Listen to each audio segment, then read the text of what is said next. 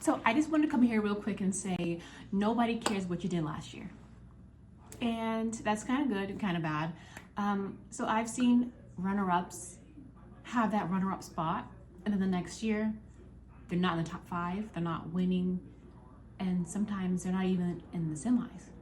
But I've seen them reach top 15, top 16, and while it's devastating and heartbreaking to see from like a supporter standpoint, from a supporter's standpoint,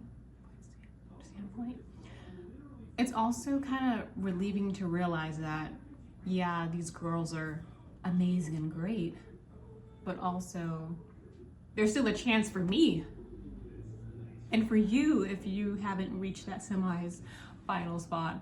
And you know, while it sucks, it's just the life of a pageant queen. It's ups and downs, and you always have next year, according to Miss USA and their new eligibility.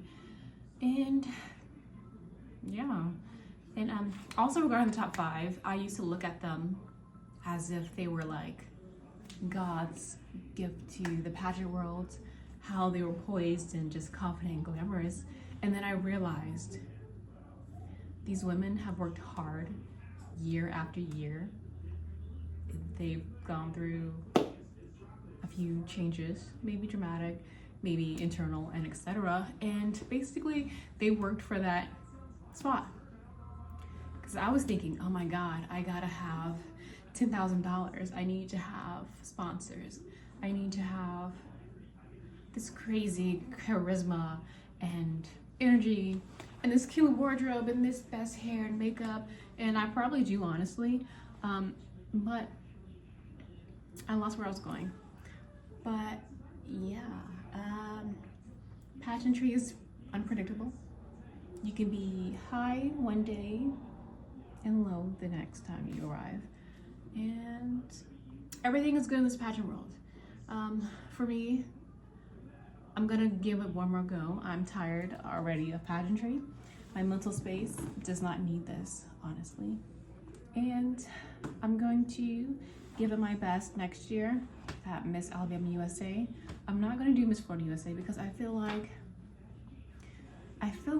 for me to win Miss Florida USA, it's gonna take me years and maybe even a nose job, and I'm not gonna do that. So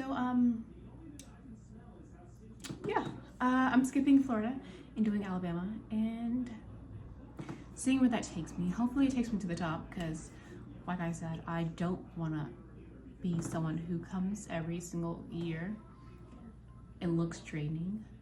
I know it's very, I don't know, I feel like I love seeing the consistency and the persistence of some of these contestants, but Jesus, I'm gonna have to move on after a while. And that's it. Welcome to my TED Talk.